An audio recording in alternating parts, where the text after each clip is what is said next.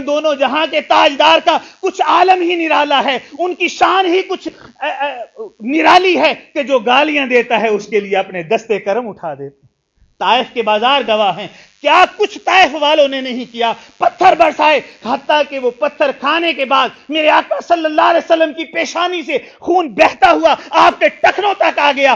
فرشتہ جبرائیل امین اللہ کی بارگاہ سے اجازت لے کر بارگاہ رسالت مآب میں حاضر ہو گئے، عرض کرتے ہیں یا رسول اللہ صلی اللہ علیہ وسلم، ان لوگوں کے لیے مجھے حکم فرمائیے، میں یہ پہاڑ اٹھا کر ان کے اوپر پھینک دوں، اپنا پار مار کے اس قوم کو غرق کر دوں، انہوں نے آپ کے ساتھ گستاخیاں کی ہیں، آپ کے پاس توہین کی ہے، میرے آقا یہ برداشت نہیں ہو سکتا۔ لیکن میرے آقا نے فرمایا اے جبریل، میں ان کے لیے بد دعا نہیں کروں گا، میں ان کے لیے دعا کرتا ہوں، ہو سکتا ہے ان کی آنے والی نسلیں میری غلام بن جائیں، مجھ پر ایمان لے آئیں گی۔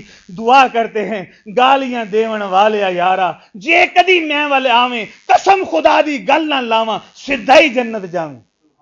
ہاں وہ تو جنت میں لے جانے کے لیے آئے تھے، وہ تو لوگوں کی اصلاح کے لیے آئے تھے۔ میرے آقا صلی اللہ علیہ وآلہ وسلم ایک دن دل چاہا کعبۃ اللہ کے اندر جاؤں، وہاں نفل پڑھوں۔ اس وقت کعبۃ اللہ کی چابیاں عثمان بن طلحہ کے پاس ہوتی، اس کے پاس تشریف لے جاتے، اے عثمان مجھے یہ چابیاں دو گے، آج میں کعبۃ اللہ کے اندر اپنے رب کو یاد کرنا چاہتا ہوں۔ لیکن عثمان بن طلحہ نے وہ چابیاں نہیں دی، انکار کر دیا۔ میرے آقا صلی اللہ علیہ وسلم کو کچھ گالیاں بھی دی، شاید کچھ اور بڑا بول بھی بول دیا ہوگا، کچھ بھی برا محسوس نہیں فرمایا۔ ہاں ایک بات فرما دی، عثمان بن طلحہ تم دیکھ لینا، یہ چابیاں ایک دن میں محمد کے ہاتھ میں ہوں گی، میں جس کو چاہوں گا عطا کر دوں گا۔ اتنی بات سننے کے بعد عثمان بن طلحہ کہتا ہے میں اندر سے ہل گیا اور کہہ دیا کہ کیا محمد عربی صلی اللہ علیہ وسلم اس دن قریش کا سورج زوال پذیر ہو جائے گا؟ میرے آقا نے فرمایا نہیں نہیں، اس دن تو قریش کا سورج جو ہے عزت کا اللہ نے بلند کیا ہوگا، جس دن یہ کعبہ کی چابیاں میرے ہاتھ میں۔ پھر دنیا نے دیکھا کہ وہ مکہ کا شہر جب میرے آقا نے فتح فرمایا، آج کل فاتح جو ہوتے ہیں کیا کچھ نہیں کرتے، جب ملک کو فتح کرتے ہیں تو جو مفتوح ہوتے ہیں ان کے ساتھ کیا کچھ سلوک نہیں کیا جاتا، لیکن یہ دونوں جہاں کے سردار اپنی ناکا اپنی اونٹنی پر سوار ہیں۔ علماء فرماتے ہیں، مفسرین کرام فرماتے ہیں، احادیث کی کتب میں آتا ہے میرے آقا اس قدر عجز اور انکساری کے ساتھ اپنی ناکا پر سوار تھے کہ آپ کی پیشانی مبارک جھکی ہوئی تھی اور اونٹ کی کوہان سے بار بار ٹکرا رہی تھی۔ آپ اللہ کی تسبیح میں مشغول تھے، اللہ کی صفت و ثنا میں مشغول تھے، اس عجز اور انکساری کا درس اپنے غلاموں کو دے رہے تھے کہ دیکھو میں دونوں جہاں کا تاجدار ہو کر اتنی عجز اور انکساری کرتا ہوں، تو تمہیں بھی میرا راستہ اپنانا، تمہیں بھی میرے راستے پر چلنا ہے۔ ارے ہاں، پھر وہ سارے مجرم کھڑے ہو گئے، وہ سارے کھڑے تھے، وہ سارے سر جھکائے کھڑے تھے، کسی نے تھپڑ مارا تھا، کسی نے گالیاں دی تھی، کسی نے پتھر برسائے تھے۔ میرے آقا نے فرمایا آج تم مجھ سے کیا سلوک کی امید رکھتے ہو؟ وہ کہنے لگے آپ رحمت للعالمین ہیں، یقیناً رحم کا سلوک کریں گے۔ میرے آقا نے فرمایا جاؤ، آج میں نے تم سب کو معاف کر دیا۔ کعبہ کی چابیاں میرے آقا کے ہاتھ میں ہیں۔ کہا عثمان بن طلحہ کہاں ہے؟ عثمان بن طلحہ ڈرتا ہوا آیا، یقیناً آج مجھے سزا دی جائے گی، آج مجھے کچھ کہا جائے گا، آج اللہ کی طرف سے اللہ کا رسول مجھے یقیناً سزا دے گا۔ میرے آقا نے فرمایا عثمان ہم نے تجھے بولا تھا یہ کعبہ کی چابیاں ایک دن ہمارے ہاتھ میں ہوں گی، ہم جس کو چاہیں گے عطا کر دیں گے، بولا تھا یا نہیں بولا تھا؟ وہ کہتا ہے یا رسول اللہ آپ نے فرمایا تھا۔ میرے آقا نے فرمایا تو پھر دیکھ لو میں رحمت للعالمین ہوں، آج یہ چابیاں میں تمہیں ہی عطا کرتا ہوں، اور یہی نہیں قیامت تک تمہاری اولاد کو دیتا ہوں، قیامت تک تیری اولاد کے پاس سے رہیں گی، اور جو تجھ سے یا تیری اولاد سے یہ چابیاں چھیننے کی کوشش کرے گا وہ ظالموں میں سے ہوگا۔ کس قدر اخلاق کریمانہ، کس قدر میرے آقا صلی اللہ علیہ وسلم کا جمال ہے کہ اپنوں کو غیروں کو سب کو نوازتے ہیں، اپنے غلاموں کو ایک درس عطا فرما رہے ہیں، ایک محبت کا پیغام دے رہے ہیں کہ کس قدر حسن سلوک کرنا ہے تم نے اپنے پاس آنے والوں کے پاس، کس قدر ان کے ساتھ تم نے بہترین کا سلوک کرنا ہے، اگرچہ وہ تمہیں ماننے والا ہو یا نہ ہو، اگر وہ تجھ پر ایمان لائے یا نہ لائے۔ حضرات محترم، حضرت سیدنا صدیق اکبر رضی اللہ تعالی آپ رسول اللہ صلی اللہ علیہ وسلم کے ظاہری وصال کے بعد، کیونکہ ہمارا عقیدہ ہے کہ ہمارے نبی حیات النبی ہیں، ہمارے آقا زندہ ہیں.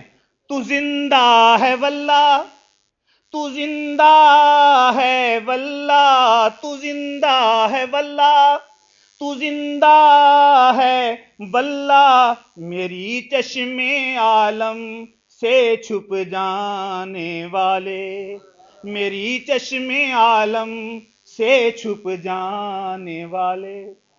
ہمارے آقا تو زندہ ہیں، لیکن ظاہری وصال کے بعد دیکھیے سیدنا صدیق اکبر حضرت سیدہ عائشہ صدیقہ رضی اللہ تعالیٰ عنہ کے پاس تشریف لے جاتے ہیں. فرماتے ہیں بیٹی کوشش تو یہ ہے کہ رسول اللہ کے ایک ایک نقشے پا پر چلوں، لیکن کوئی ایسی بات رہ گئی ہو، کوئی جو مجھ سے ادا نہ کی گئی ہو، مجھے بتا دے، میں وہ بھی پوری کرنا چاہتا ہوں. آپ فرماتی ہیں فلاں دن رسول اللہ صلی اللہ علیہ وسلم مجھ سے حلوہ تیار کروایا کرتے تھے، پھر اس راستے پر چلے جایا کرتے تھے. میں نے کبھی پوچھا نہیں آقا یہ حلوہ کہاں لے جا رہے ہو، کس مقصد کے لیے لے جا رہے ہو. بیٹی وہ اس دن کے لیے حلوے کا حکم فرما دیا، پھر وہ حلوے کو لے کر نکلتے ہیں، چلتے ہیں اس راستے پر جاتے ہیں. جب باہر چلے گئے شہر سے، دیکھا ایک جھونپڑی نظر آئی، دل میں امید پیدا ہو گئی کہ یقیناً رسول اللہ یہی تشریف لاتے ہوں گے. اس جھونپڑی کے اندر چلے جاتے ہیں، ارد گرد کا ماحول دیکھتے ہیں، ایک اپاہج پڑا ہوا ہے، ایک مرض کوڑ میں مبتلا شخص پڑا ہوا ہے، ہونٹ بھی اس کے جڑے ہوئے ہیں، ناک بھی جھڑی ہوئی ہے، ہاتھوں سے کام کاج کا نہیں ہے، پاؤں سے چلنے کی سکت نہیں ہے.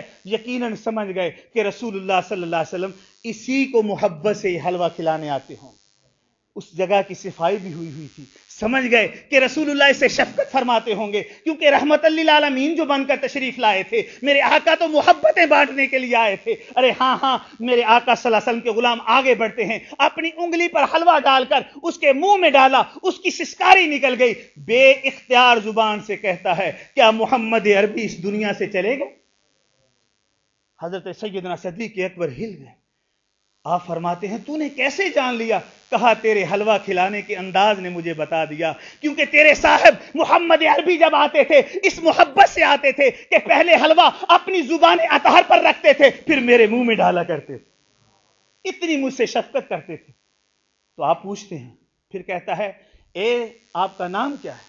آپ اپنا نام بتاتے ہیں تو پھر وہ کہتا ہے، اندھا اور کوڑ میں مرض میں مبتلا شخص کہتا ہے آج میں تیرے صاحب پر ایمان لاتا ہوں. میں کبھی بھی ان پر ایمان نہیں لایا تھا، میں سمجھتا تھا شاید اس شخص کا اکیلے کا کردار اور اخلاق اتنا اچھا ہے. آج مجھے معلوم ہوا کہ جس دین کے پیروکار، جس محمد عربی صلی اللہ علیہ وسلم کے پیچھے چلنے والے اس کے نقش قدم پر چلتے ہیں، وہ کبھی دین جھوٹا نہیں ہو سکتا. اسی لیے تو میرے آقا نے فرما دیا میں خاتم النبیین ہوں، میں آخری نبی ہوں اللہ کا، میرے بعد کوئی نبی نہیں آئے گا. ہاں میری امت میں قیامت تک اولیاء اللہ آتے رہیں گے.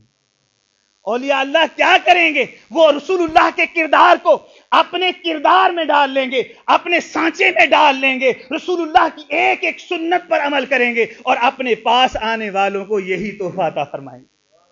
ان کے اندر بھی یہ تبدیلیاں لائیں گے، ان کا خود بھی اخلاق اچھا ہوگا. وہ اولیاء اللہ اپنے پاس آنے والوں کے اندر بھی یہ اخلاق حسنہ پیدا کریں گے. ارے ہاں ان کی بارگاہ میں جو بھی آئے گا عیبوں والا آ جائے گا، چور اور ڈاکو اور رخزن آ جائے گا، وہ ان کے کردار کے ظاہر کو بھی بدل دیں گے، ان کے باطن کو بھی تبدیل کر دیں گے. اولیاء اللہ یہی تو کرتے ہیں. عجز اور انکساری کی شان تو اللہ نے خود ان کی قرآن مجید و فرقان حمید کے اندر بیان کی کہ جو اللہ کے بندے ہیں، جو رحمان کے بندے ہیں، وہ زمین پر اکڑ کر نہیں چلتے، وہ جھک کر چلتے ہیں. یہی نہیں کہ اپنی گردن کو جھکا کر چلتے ہیں، بلکہ وہ اپنے دل کو جھکا کر، اپنے دل میں عجز اور انکساری کر کے چلتے ہیں، اپنے سے ہر ایک کو اچھا سمجھتے ہیں، اس پیار سے چلتے ہیں، کسی سے لڑتے نہیں ہیں، جھگڑتے نہیں ہیں. اگر کوئی جاہل ان سے الجھ جاتا ہے وہ ان سے الجھتے نہیں، گالی کا جواب گالی سے نہیں دیتے. ارے ہاں کیا کرتے ہیں؟ قالوا سلاما، ان کے بعد الفاظ پر بھی ان کو سلام کہتے ہوئے گزر جاتے ہیں. اور والذین یبیتون لربہم سجدا وقیاما، جب لوگ سو جاتے ہیں، غفلت کی نیند کا شکار ہو جاتے ہیں، وہ اللہ والے اٹھ کر کھڑے ہو جاتے ہیں اور رکوع و سجود کے اندر اپنی اللہ کی بارگاہ میں کھڑے ہو کر اپنے رب کو راضی کرتے ہیں، اپنے گناہوں پر روتے ہیں، اپنی خطاؤں پر آنسو بہاتے ہیں.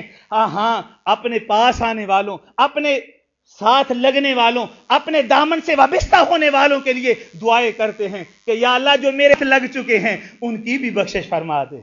اے اللہ جو میرے پاس آ چکتے ہیں، جو میرے پاس بیٹھتے ہیں، ان پاس بیٹھنے والوں کی اصلاح کی بھی فکر میں لگے رہتے ہیں اور ان کی دعائیں مغفرت بھی کہتے رہتے ہیں۔ یہ اللہ والوں کی شان ہے۔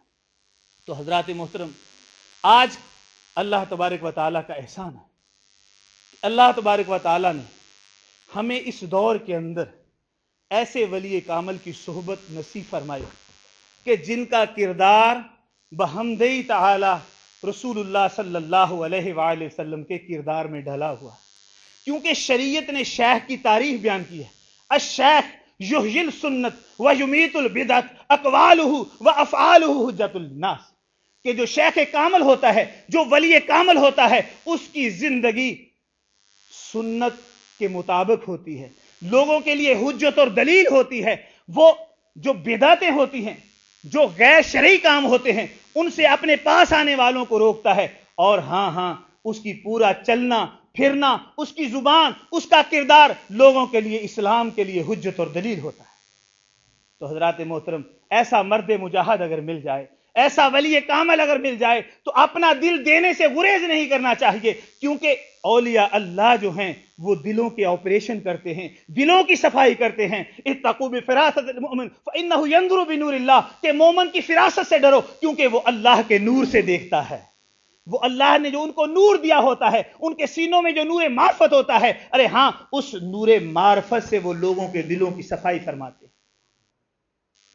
حضرات محترم، ہمارے شیخ نے الحمدللہ اپنے مشائخ سے جو فیض حاصل فرمایا، اس طریقے کو بائن قائم اور دائم رکھا۔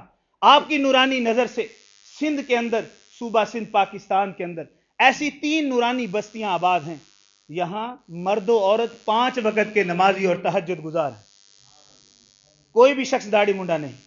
وہاں شادی بیاہ، غمی خوشی، سارے کا سارا رسول اللہ صلی اللہ علیہ وسلم کی سنت مطہرہ کے مطابق ہوتا ہے۔ آپ کی صحبت میں آنے والے بڑے بڑے چور، ڈاکو، رہزن اللہ کے کام اور اکمل ولی بن گئے، تہجد گزار بن گئے، پرہیزگار اور متقی بن گئے۔ اور ہاں میرے دوستو، ان کے پاس آنے والے بڑے بڑے لوگ ہیں جن کو اللہ تبارک و تعالیٰ نے ان کی طرف بھیجا، تو اللہ نے ان کے قلوب کو زندہ فرما دیا، کیونکہ ہمارے شیخ کامل دل پر انگلی مبارک لگا کر اللہ کے اسم کی اجازت عطا فرماتے ہیں، جس کے کرنے کی وجہ سے، اس وظیفے کے کرنے کی وجہ سے اور ان کی توجہ عالیہ کی وجہ سے انسان کے پورے کردار کے اندر تبدیلی پیدا ہو جاتی ہے۔ یہ تبدیلی فقط تبدیلی تک نہیں رہتی، بلکہ یہ نعمت جو ان کے غلام ہیں، ان کی صحبت میں آنے والے ہیں، یہ نعمت قبر کے اندر بھی ساتھ لے کر جاتے ہیں۔ بہت سارے ایسے احباب جو مرنے کے بعد بھی ان کے قلوب زندہ تھے، ارے ہاں میرے دوستو، قبر تک اتارنے تک ان کے قلوب اللہ کے ذکر کی طرف مائل اور مشغول تھے۔ یہ نعمت اولیاء اللہ کی صحبت کی وجہ سے نصیب ہوتی ہے، یہ اولیاء اللہ کے دامن کرم سے وابستہ ہونے کی وجہ سے یہ اللہ تبارک و تعالیٰ انعام عطا فرماتا ہے۔ حضرات محترم، اس لیے یقیناً آپ ان کا کلام سنیں گے دل کو خالی کر کے، اپنے برتن کو خالی کر کے، کسی غلط فہمی، کسی ایسی ذہن میں خیالات نہیں لائیں، کیونکہ جب اولیاء اللہ کی بارگاہ میں بیٹھو تو اپنے دلوں کو خالی کر کے بیٹھو، کیونکہ خالی برتن میں سخی جو ہوتا ہے کچھ نہ کچھ ڈال ہی دیا کرتا ہے۔ اگر پہلے سے برتن میں پانی بھرا ہو تو اس میں ڈالنے والا کیا ڈالے گا؟ اگر ہم پانی برتن میں لے جائیں اور دودھ ڈالنے والے کو کہیں اس کو دودھ اس میں ڈالو، وہ کہے گا پہلے برتن تو خالی کرو۔ تو اولیاء اللہ کی بارگاہ میں اپنے برتنوں کو خالی کر کے بیٹھیں گے تو یقیناً یہ ڈالنے سے بھی گریز نہیں فرمائیں گے۔ میں دست بستہ گزارش کروں گا اپنے شیخ کامل کی خدمت میں کہ وہ منبر پر جلوہ فروز ہوں اور ہمیں اپنے ملفوظات سے نوازیں۔ یقیناً کافی میں ٹائم لے گیا، جس کی معذرت چاہتا ہوں، لیکن کچھ چیزیں بتانے والی ہوتی ہیں کہ جو شخصیت آپ کے سامنے بیٹھی ہے وہ کیا ہے۔ الحمدللہ ہمارے شیخ کامل PhD ڈاکٹریٹ کیے ہوئے ہیں، اور اس کے علاوہ شیخ الحدیث، شیخ القرآن، آپ کا بہت بڑا سندھ کے اندر سندھ یونیورسٹی ایک بہت بڑا ادارہ ہے، اسلامک سینٹر ہے، اسلامی ادارہ ہے، وہاں پر 250-300 کے قریب علماء جو ہیں وہ تربیت حاصل کرتے ہیں۔ ہر سال درس نظامی دورہ حدیث سے فارغ ہوتے ہیں، ان کی دستار بندی کی جاتی ہے، اور یہ سارے کا سارا انتظام اور اسرام میرے شیخ خود اپنے دست مبارک سے کرتے ہیں، ان کو نوازتے ہیں۔ میرے دوستو، دنیاوی تعلیم سے بھی ان کو آراستہ کیا جاتا ہے، دین کی تعلیم سے بھی آراستہ کیا جاتا ہے۔ ارے ہاں، یہ دونوں چیزیں بانٹنے والے ہیں، ہم بھی اس سے حصہ لیں گے۔ وآخر دعوانا الحمدللہ رب العالمین۔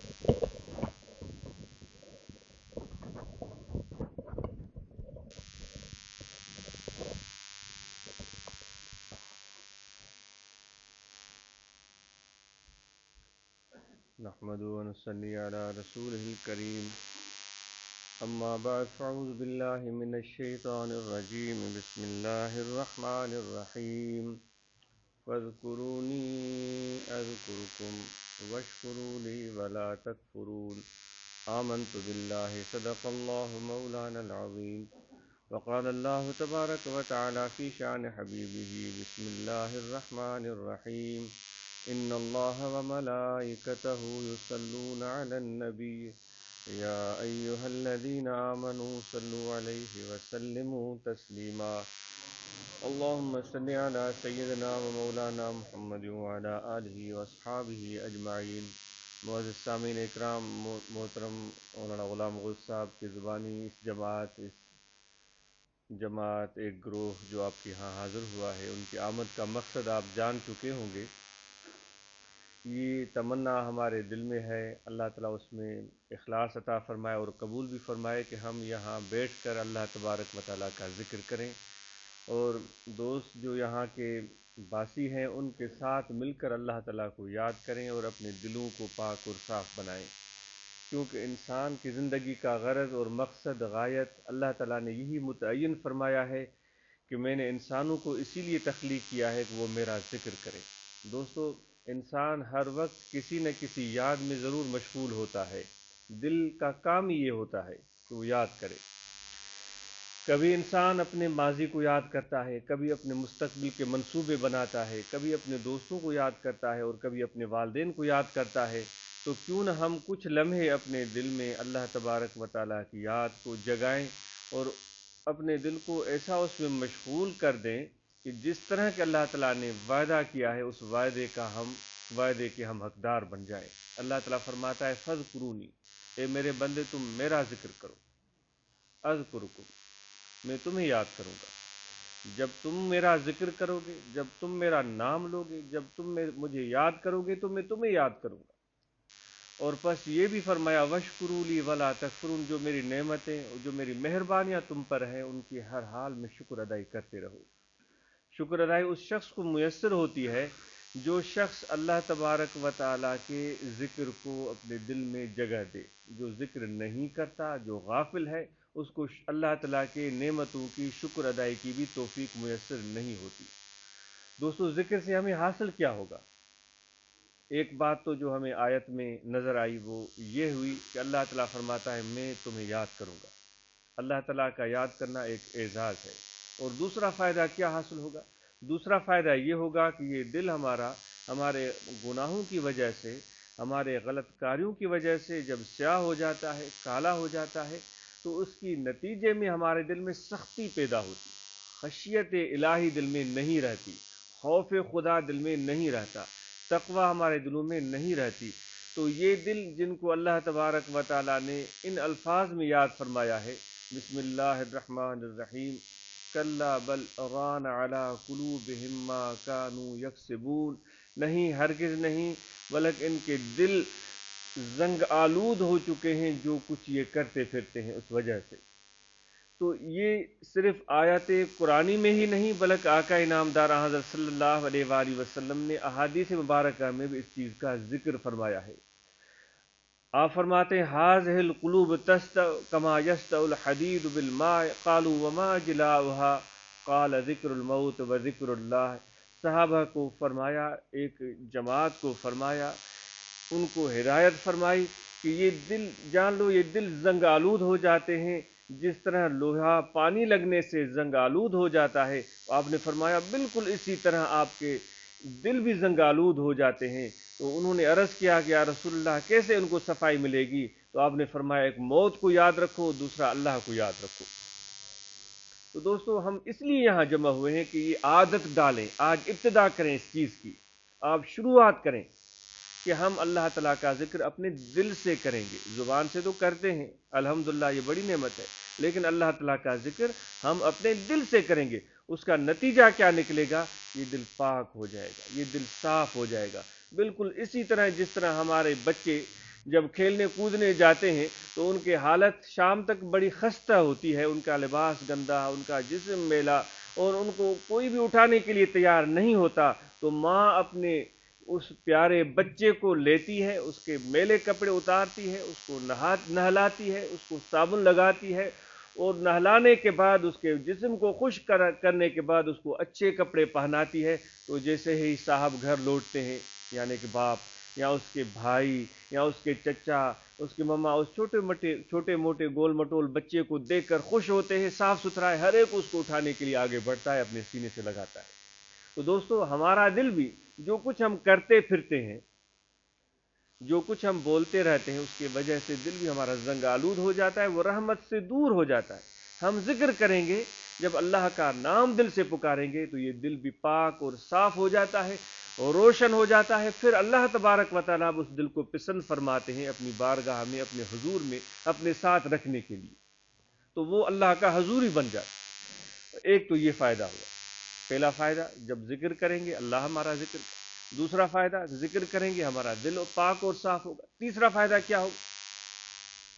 تیسرا فائدہ ذکر سے ہمیں یہ میسر ہوگا، جو دل ہمارا دنیاوی خواہشات میں، دنیاوی محبتوں میں اور حرص میں پھنسا ہوا ہے، اس قید سے اس دل کو نجات ملے گی۔ جس طرح کہ کہتے ہیں کنویں کا مینڈک، کنواں اگر اس کے اندر ایک مینڈک رہے تو کہا جاتا ہے کہ چونکہ اس مینڈک کی شروعات ہی اس کنویں سے ہوئی ہے اور موت بھی اس کی اس کنویں میں واقع ہوتی ہے، تو وہ یہی سوچتا ہے کہ دنیا شاید ہی پوری دنیا یہ صرف کنواں ہے۔ کہا جاتا ہے کسی مینڈک سے پوچھا کسی نے کہ بھائی دنیا کتنی ہوگی، تو اس نے کنویں کے اندر ایک ذرا سی چھلانگ لگائی، اس نے کہا اتنی ہوگی، پھر ایک اور آدھی چھلانگ لگائی، اس نے کہا شاید اتنی۔ تو اس کا تصور یہ تھا کہ پوری دنیا جو ہے باہر وہ اس کنویں سے چھوٹی ہی ہے۔ تو دوستو کیونکہ دنیا کی محبت اور حرص میں ہم پھنس جاتے ہیں تو ہم سمجھتے ہیں کہ سب کچھ یہی ہے اور کچھ نہیں ہے۔ تو اس قید میں جس طرح وہ کنویں میں مینڈک پھنسا ہوا تھا، تو ہم بھی ایک دنیا کے پنجرے میں پھنسے ہوئے ہیں، اس سے باہر نکلنا ہے، اس سے باہر نکلنا ہے، کیونکہ انسان کو اللہ نے وہ صلاحیت دی ہے کہ وہ اس دنیا سے بھی بہت دور آگے تک جا سکتا ہے، اور وہ ایسی جگہ، ایسے مقام تک جا سکتا ہے جہاں تک فرشتے بھی نہیں پہنچے ہیں۔ وہ اپنے روحانیت کے بل بوتے پر، اپنے قلب کی پاکیزگی کے بل بوتے پر، تعلق مع اللہ کے بل بوتے پر وہ دور تک پرواز کر سکتا ہے، لیکن اس وقت پرواز ہو نہیں رہی۔ یا تو ہم دنیا کے حرص کے پنجرے میں بند ہیں، یا تو وہ پرواز کے لیے جو پر چاہیے وہ ہمارے ٹوٹے ہوئے ہیں۔ پرندے کو دو پر چاہیے اڑنے کے لیے، اگر ایک پر بھی اس کا کمزور ہو تو وہ اڑ نہیں سکتا۔ تو اس لیے ہم بھی اس روحانی دنیا میں پرواز کے قابل نہیں ہو سکے ہیں۔ تو اب اس پنجرے میں بیٹھے بیٹھے ہم سوچتے ہیں کہ شاید ہماری زندگی کا مقدر یہی ہے۔ چھوٹا سا مثال اور پھر ذکر کا طریقہ۔ مولانا جلال الدین رومی رحمۃ اللہ علیہ فرماتے ہیں کہ ایک سوداگر تھا، اس سوداگر نے ایک بہت ہی پیارا طوطا گھر میں رکھا ہوا تھا، اس سے بڑی محبت بھری باتیں کرتا تھا۔ جب دن بھر کو بزنس کرنے کے بعد وہ گھر واپس آتا تھکا ہارا، تو اس طوطے سے باتیں کر کے بڑا خوش ہوتا ہے۔ تو ایک مرتبہ وہ رومی صاحب رحمۃ اللہ تعالیٰ علیہ جو بڑے کامل اکمل ولی، بڑے فلسفی گزرے ہیں، وہ فرماتے ہیں کہ وہ ایک مرتبہ اس کا ارادہ ہوا کہ میں اپنے ملک سے ہندوستان جا رہا ہوں۔ تو چونکہ وہ طوطا بھی ملک ہند کا تھا، تو اپنے سب بچوں سے اس نے پوچھا کہ میں ہندوستان تجارت کے لیے جا رہا ہوں، آپ کو کیا چاہیے کیا چاہیے؟ بیٹے نے کہا مجھے قلم دان چاہیے، بچی نے کہا کہ مجھے کپڑے چاہیے، بیوی نے کہا کہ مجھے زیورات چاہیے، تو یہ طوطے کے پاس بھی گیا، اس کو سلام کیا اور کہا کہ تمہیں معلوم ہے کہ میں ہندوستان جا رہا ہوں، سب نے مجھ فرمائش کی ہے، تمہیں بھی کچھ چاہیے تو مجھے بتا دو۔ طوطے نے ذرا دیر سوچا اور کہا کہ ہاں مجھے اور کچھ بھی نہیں چاہیے، کیونکہ تمہیں معلوم ہے کہ میرا جنم بھومی ہندوستان ہے، میرا اصل وطن وہی ہے، تو میرے بھائی بندے رشتہ دار وہاں بستے ہوں، تو جاتے جاتے کبھی کوئی گلشن تمہیں نظر آئے، کوئی باغ تمہیں نظر آئے، کوئی بستان تمہیں نظر آئے، تو اس میں ذرا دیر کے لیے چلے جانا، وہاں جو تمہیں بڑے بڑے پیارے پیارے طوطے میٹھے میٹھے بول بولتے ہوئے نظر آئے تو ان کو سلام کہنا اور یہ کہنا کہ بھائی تم یہاں بڑے مزے منا رہے ہو اور تم باغوں میں اڑتے پھرتے ہو، ایک تمہارا ہی رشتہ دار بدقسمت طوطا میرے پنجرے میں قید ہے، وہ تمہیں بڑا پیار بھرا سلام کہتا تھا۔ تو سوداگر نے سوچا کہ میں نے خامخواہ اس بیچارے کے دل کو دکھایا اور اس کو آزادی یاد دلا دی، کاش کہ میں یہ اس کو بات نہ کہتا، لیکن دل میں ارادہ کیا کہ چلو اس سے جب میں نے وعدہ کیا ہے تو پھر چلا ہی جاؤں گا۔ تو یہ گیا ہندوستان، سب کام ختم کیے تو یہ بات اس کو یاد ہے، میں مختصراً بات بیان کر رہا ہوں، کوئی اس میں اور زیادہ پھول ڈالنے کی کوشش نہیں کر رہا ہوں۔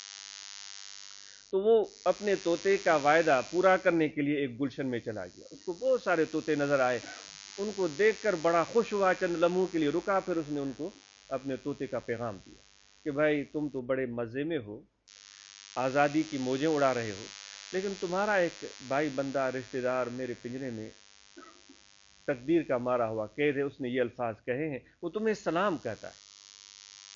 تو سارے طوطے چپ کر کے اس کی بات سنتے رہے اور پھر وہ ٹیں ٹیں کرتے ہوئے اڑتے، کوئی ادھر گیا کوئی ادھر گیا، لیکن ایک طوطا تھا جو ایک تک اس کو دیکھتا رہا، سوداگر دیکھنے کے بعد اس کا حال یہ ہوا کہ وہ اچانک گرا اور وہ بالکل ٹھنڈا ہو گیا۔ سوداگر دیکھ کر بڑا پریشان ہوا کہ ایک تو میں نے اپنے پنجرے میں بند طوطے کو پریشان کیا تھا، پھر ناحق اس بیچارے کا خون بھی میرے سر پر آ گیا، اس بیچارے کو میں نے کوئی ایسی بات بتائی، ایسے الفاظ کہے، شاید ہی اس کا بڑا قریبی رشتہ دار تھا، کہ اتنا دکھ اس نے اپنے اس عزیز طوطے کا قبول کیا کہ یہ بیچارہ جان سے ہاتھ دھو بیٹھا۔ اس نے کہا چلو ٹھیک ہے، اب جو ہونا تھا سو ہو گیا، واپس گیا اور سب کو اپنے تحفے پہنچائے، طوطے کے پاس پہنچا، طوطے نے کہا کہ میرے لیے کیا ہوا، میرا پیغام تو نے دیا؟ اس نے کہا ہاں میں نے پیغام دیا تھا۔ سب طوطے جو باقی بیٹھے ہوئے تھے انہوں نے بات سنی اور پھر اڑ کر چلے گئے، ایک طوطا بیٹھا ہوا تھا، وہ اس نے کچھ لمحے مجھے دیکھا اور پھر وہ گر پڑا اور وہ مر گیا۔ یہ ہے تمہارے پیغام کا نتیجہ۔ تو جو طوطا اس کے پنجرے میں بند تھا اس نے بھی کچھ لمحوں کے لیے سوچا، پھر وہ بھی گر پڑا، وہ بھی مر گیا۔ تو سوداگر نے کہا او ہو، میں نے تو کتنے نقصانات کر دیے، دو پرندوں کی میں نے جان لے لی، یہ بیچارہ مر گیا، اتنا وفادار طوطا اتنے سالوں سے میرے پاس تھا۔ تو رومی صاحب رحمۃ اللہ تعالی علیہ فرماتے اس نے پنجرے کا دروازہ کھولا، طوطے کو اندر سے اٹھایا اور اس کو یوں کر کے درخت کے قریب اس کی جڑ میں اس کو رکھ دیا۔ جیسے ہی طوطے کو رکھ کر واپس اپنے برآمدے میں آیا تو طوطا پھڑ سے اڑا اور سیدھا درخت کے چوٹی پر بیٹھ گیا۔ وہ سوداگر اس کو کہنے لگا کہ بھائی تو نے مجھے بیوقوف بنایا، یہ کیا حرکت تو نے کی ہے اور کس طرح تو نے یہ چالاکی سیکھ لی اور کس طرح تو پنجرے سے آزاد ہو گیا؟ تو اس کو کہنے لگا دوست اے میرے سوداگر، اتنے سال میں نے تیرے ساتھ بسر کیے ہیں، بات یہ ہے کہ جو سبق مجھے طوطے نے جو باغ میں تجھے ملا تھا ہندوستان کے باغ میں، اس نے مجھے ایک سبق دیا اور اس سبق کو میں نے قبول کیا اور اس پر میں نے عمل کیا اور مجھے نجات حاصل ہو گئی۔ اس نے کہا کیا سبق اس نے دیا؟ اس نے یہ سبق دیا، دیکھو ہم اس طوطے نے جو اس گلشن ہندوستان میں موجود تھا، اس نے مجھے یہ سبق دیا کہ اے طوطے تم پنجرے میں بند ہو، اب اس پنجرے سے نجات پانا چاہتے ہو تو پہلے تمہیں اپنے آپ کو مارنا پڑے گا۔ وہ گر پڑا تھا، وہ طوطا جو گلشن میں تھا باغ میں تھا وہ گر پڑا تھا، تمہیں آزادی چاہیے تو اپنے آپ کو مارنا پڑے گا، اپنے آپ کو فنا کرنا پڑے گا۔ تو میں نے اس کا یہ درس، اس کا سبق سن کر اس پر عمل کیا اور میں نے بھی اپنے آپ کو گرا دیا جیسے کہ میں مرا ہوا ہوں، اور تو نے اس پر یقین کر لیا اور مجھے باہر نکال دیا، اس پنجرے سے شاید کبھی بھی مجھے نجات نہ ملتی۔ وہ طوطا تو میرا رہنما ہے، وہ طوطا تو میرا مرشد ہے جس نے مجھے سبق دیا۔ تو تاجر اس کی بات سن کر بڑا حیران ہو، اس نے کہا گفت سوداگر فی امان اللہ برو، تو مرا اکنون امیدی راہ لو، اے طوطے فی امان اللہ، تم جاؤ اور اپنے آزادی کے مزے اڑاؤ، لیکن تو نے مجھے بھی ایک سبق دیا ہے کہ میں بھی اپنے حرص کے پنجرے میں بند ہوں، دنیا کی محبت کے اس پنجرے میں بند ہوں۔ اگر مجھے بھی اس سے نجات چاہیے، اس حرص کی زندگی سے، اس خواہشات کے پیچھے گزرنے والی زندگی سے اگر مجھے بھی نجات چاہیے، تو مجھے بھی تمہاری طرح اپنے آپ کو مٹانا پڑے گا، اپنے آپ کو فنا کرنا پڑے گا، اپنے خواہشات کو فنا کرنا پڑے گا۔ تب اللہ تبارک و تعالیٰ کی طرف سے دستگیری ہو جائے گی، اس دنیا کے حرص سے مجھے نجات ملے گی، اور اللہ کی محبت کے باغات میں بھی وہ اڑتے ہوئے اس روحانی پرواز کو جاری رکھتے ہوئے میں بھی مزے اڑاؤں گا۔ تو دوستو، ہم بھی اس دنیا کے حرص کے پنجرے میں اس پرندے کی طرف پھنسے ہوئے ہیں۔ اگر ہمیں نجات چاہیے تو پھر ہمیں بھی اس طوطے کی طرح اپنے آپ کو مٹانا پڑے گا، اپنی ذات، اپنا قوم، اپنا علم، میں ایسا ہوں، میں اتنا بڑا ہوں، میں ویسا ہوں، میں حاجی ہوں، میں حافظ ہوں، میں قاری ہوں۔ یہ سارے ایسے پنجرے ہم نے بنا رکھے ہیں جس کے اندر ہم پھنسے ہوئے ہیں۔ جب تک اس قید سے ہم نہیں نکلیں گے، اور نکلیں گے بھی کیسے؟ تب نکلیں گے جب اپنے آپ کو مٹائیں گے، اپنے آپ کو فنا کریں گے۔ اور یہ فنائیت کا درس مرشد کی صحبت میں ملتا ہے۔ رومی صاحب رحمۃ اللہ نے جس طرح بتایا، وہ طوطا خود یہ بات نہیں سمجھ سکتا تھا، اس کو ایک بتانے والے کی ضرورت تھی۔ تو ایسے لوگوں کے پاس ہم جائیں جو آزاد ہیں، اس طوطے کی طرح جو اس ہندوستان کے باغات میں بیٹھا ہوا تھا، وہ اڑ رہا تھا، اور اس کو اللہ نے یہ سمجھ دی تھی۔ تو ایسے لوگوں کے پاس جائیں جو دنیا کے قید سے نجات پا چکے ہیں، اس کے حرص سے نجات پا چکے ہیں۔ جب ان کے پاس جائیں گے، وہ ہمیں گر بتائیں گے کہ دیکھو تم کس طرح آزادی روحانی، قلبی، نفس اور شیطان کے اس پنجروں سے، اس حرص کے قید سے کیسے حاصل کر سکتے۔ ایسے لوگوں کے ساتھ جانا فرض ہے، لازم ہے، ان کے ساتھ بیٹھنا واجب ہے۔ علیکم بمجالست العلماء، قال النبی صلی اللہ علیہ وآلہ وسلم، علیکم بمجالست العلماء واستماع کلام الحکماء، ان اللہ یحیی القلب المیتۃ بنور الحکمت کما یحیی الارض المیتۃ بماء المطر، او کما قال النبی صلی اللہ علیہ وآلہ وسلم۔ صحابہ کو فرمایا تم پر واجب ہے اہل دل علماء کی صحبت کرنا، ان کے حکمت بھرے گفتگو کو سننا۔ ہماری گفتگو کہاں حکمت بھری ہوتی ہے، ہم تو تنقید نہیں کرتے رہتے، وہ ایسا ہے، وہ ویسا ہے، وہ اس طرح چلتا ہے، وہ یہ کرتا ہے، وہ کرتا ہے۔ ایسی باتیں نہیں، حکمت بھری باتیں۔ وہ ایسی باتیں ہوں گی، تمہیں آئینے کی صورت نظر آئیں گی، اس میں تمہیں اپنا عکس نظر آئے گا، اس میں تمہیں اپنا عکس نظر آئے گا۔ وہ کہتے ہیں کہ ایک بالکل بدصورت انسان تھا، اس نے کبھی شیشہ نہیں دیکھا تھا، یہ بھی رومی رحمۃ اللہ علیہ فرماتے۔ تو وہ ایسے جا رہا تھا، تو جاتے جاتے اس کو ایک راستے میں شیشہ پڑا ہوا ملا، مرر، آئینہ۔ تو اس نے اٹھا کر دیکھا، اس نے کہا ایسا بھی بدصورت آدمی دنیا میں بستا ہے۔ زور سے اس شیشے کو توڑ دیا، بھائی اللہ ایسے بدصورت آدمی سے بچائے۔ وہ دیکھ کیا رہا تھا؟ اپنی صورت دیکھ رہا تھا، کیونکہ زندگی میں اس نے پہلے کبھی شیشہ دیکھا ہی نہیں تھا۔ تو دوستو، یہ ہم اپنی حقیقت کو اگر دیکھیں تو شاید اس کالے آدمی کی طرح، بدصورت آدمی کی طرح ہم بھی ڈر جائیں کہ ایسا حال ہے ہمارا۔ یہ حضور نے بھی فرمایا، المومن مرآۃ المومن، مومن مومن کے لیے آئینہ ہوتا ہے۔ تو دوستو، ایسے حکمت بھری باتیں جس میں ہمیں اپنا عکس نظر آئے، ہمیں اپنی حقیقت نظر آئے، ہم کتنے پانی میں، ہم کہاں کھڑے ہیں، ایسے لوگوں کو واستماع کلام الحکماء، واستماع کلام الحکم، ان کی حکمت بھری باتوں کو سننا تم پر واجب ہے۔ پھر نتیجہ کیا ہوگا؟ ان اللہ یحیی القلب المیتۃ بنور الحکمہ۔ وہ حکیم جو تمہیں باتیں بتائیں گے، وہ حکمت بھری باتیں نہیں ہوگی، وہ رحمت الہی کی بارش ہوگی۔ ان اللہ یحیی الارض المیتۃ قلب المیتۃ بنور الحکمت، وہ حکمت کا نور ہوگا جو تمہارے دل پر برسے گا، اس سے تمہارا مردہ دل زندہ ہوگا، تمہارا مردہ دل زندہ ہوگا۔ کس طرح؟ جس طرح کما یحیی الارض المیتۃ بماء المطر، بے آباد، غیر آباد، بنجر زمین پر بارش برستی ہے، وہ آباد ہو جاتی، اسی طرح تمہارا دل بھی زندہ اور جاوید ہو جائے۔ دوستو، ایسی صحبت کو ڈھونڈو، ایسے لوگوں کے ساتھ رہو اگر تم اللہ کا قرب چاہتے ہو۔ اب ذکر کا طریقہ اور کیسے ہوگا؟ کل بھی ذکر بائیں جانب آپ کا دل ہے، اس دل میں توجہ رکھیں، کھڑے بیٹھے لیٹے سوئے جاگے، وضو ہو یا نہ ہو، سانس آتا جاتا رہے، توجہ دل میں رہے کہ آپ کا دل پکار رہا ہے اللہ اللہ اللہ اللہ اللہ۔ کوئی شرط نہیں ہے کہ وضو ہو یا آپ مسجد میں ہوں یا آپ گھر کی خاص کے کسی جگہ پر ہوں، نہیں، شہر میں، بازار میں، روڈ راستہ، کھانا کھاتے ہوئے لیٹے ہوئے، ہر وقت ہر لمحہ ہر جگہ آپ یہ توجہ کریں کہ آپ کا دل پکار رہا ہے اللہ اللہ اللہ اللہ اللہ۔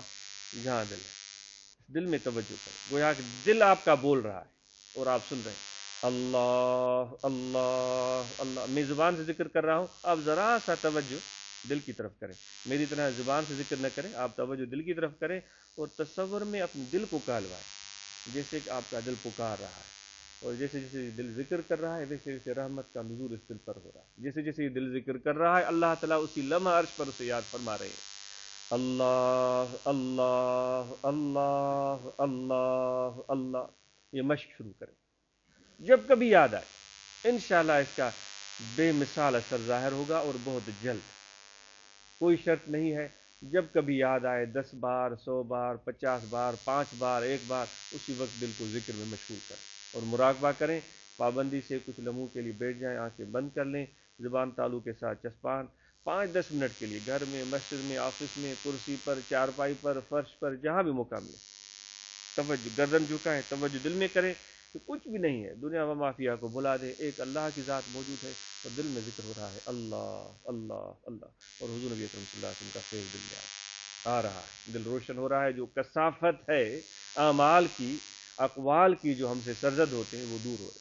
نماز پنجگانہ پابندی سے ادا کریں، شریعت مطہرہ پر عمل کریں، سنت میرے آقا و مولا صلی اللہ علیہ وسلم کی ان پر عمل کرنے کی کوشش کریں، سب سنتیں پیاری ہیں میرے آقا و مولا صلی اللہ علیہ وسلم کی، خصوصاً وضو بناتے وقت مسواک دینا، امامہ شریف باندھ کر کے نماز پڑھنا میرے آقا و مولا صلی اللہ علیہ وسلم کی پیاری سنتیں ہیں، داڑھی مبارک 4 انگل کے برابر ہو، ان سنتوں کی پیروی کریں۔ دوستو مسلسل 3-4 دن سے پروگرام ہو رہے ہیں اور گفتگو پر گفتگو ہو رہی ہے، یہ بڑی خطرناک بات ہوتی ہے بولنے والے کے لیے، میرے لیے دعا کیجیے گا کہ اللہ تعالیٰ مجھے ہدایت دے اور مجھے یہ شرم دے کہ اوروں کو بتاتا پھروں اور خود عمل نہ کروں، مجھے بھی اللہ تعالیٰ یہ توفیق دے۔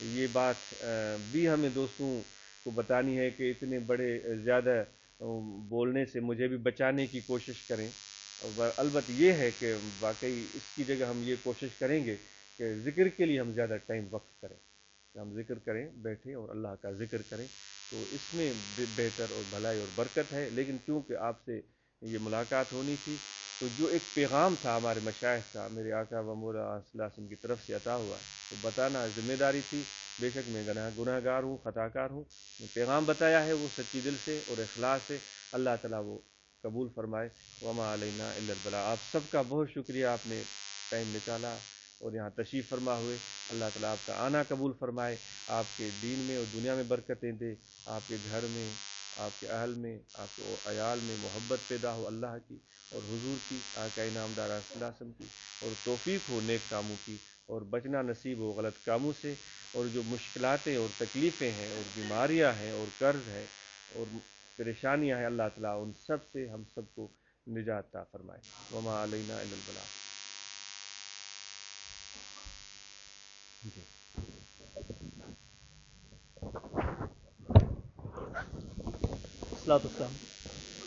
مصطفیٰ جان رحمت پہ لاکھوں سلام، شمع بز میں ہدایت پہ لاکھوں سلام، شمع بز میں ہدایت پہ لاکھوں سلام، کل جہاں ملک اور جو کی روٹی غذا، کل جہاں ملک اور جو کی روٹی غذا، اس شکم کی قناعت پہ لاکھوں سلام، مصطفیٰ جان رحمت پہ لاکھوں سلام، شمع بز میں ہدایت پہ لاکھوں اور ڈال دی قلب میں عظمت مصطفیٰ، ڈال دی قلب میں عظمت مصطفیٰ، ایسے پیرے طریقت پہ لاکھوں سلام، مصطفیٰ جان رحمت پہ لاکھوں سلام، شمع بز میں ہدایت پہ لاکھوں سلام، السلام اے گلشن وحدت کے پھول، یہ سلام آج نہ ہو قبول۔ الحمدللہ رب العالمین، اللہم صلی علی سیدنا و مولانا محمد و علی آلہ و صحبہ اجمعین، اللہم ربنا آتنا فی الدنیا حسنۃ وفی الآخرۃ حسنۃ وقنا عذاب النار، اللہم انا نسألک العفو والعافیۃ والمعافاۃ الدائمۃ فی الدین، ربنا تقبل منا انك انت السميع العليم، تب علينا انك انت التواب الرحيم، صلی اللہ تعالی علی خیر خلقہ ونور عرشہ سیدنا و مولانا محمد و علی آلہ و اصحابہ اجمعین۔ السلام علیکم۔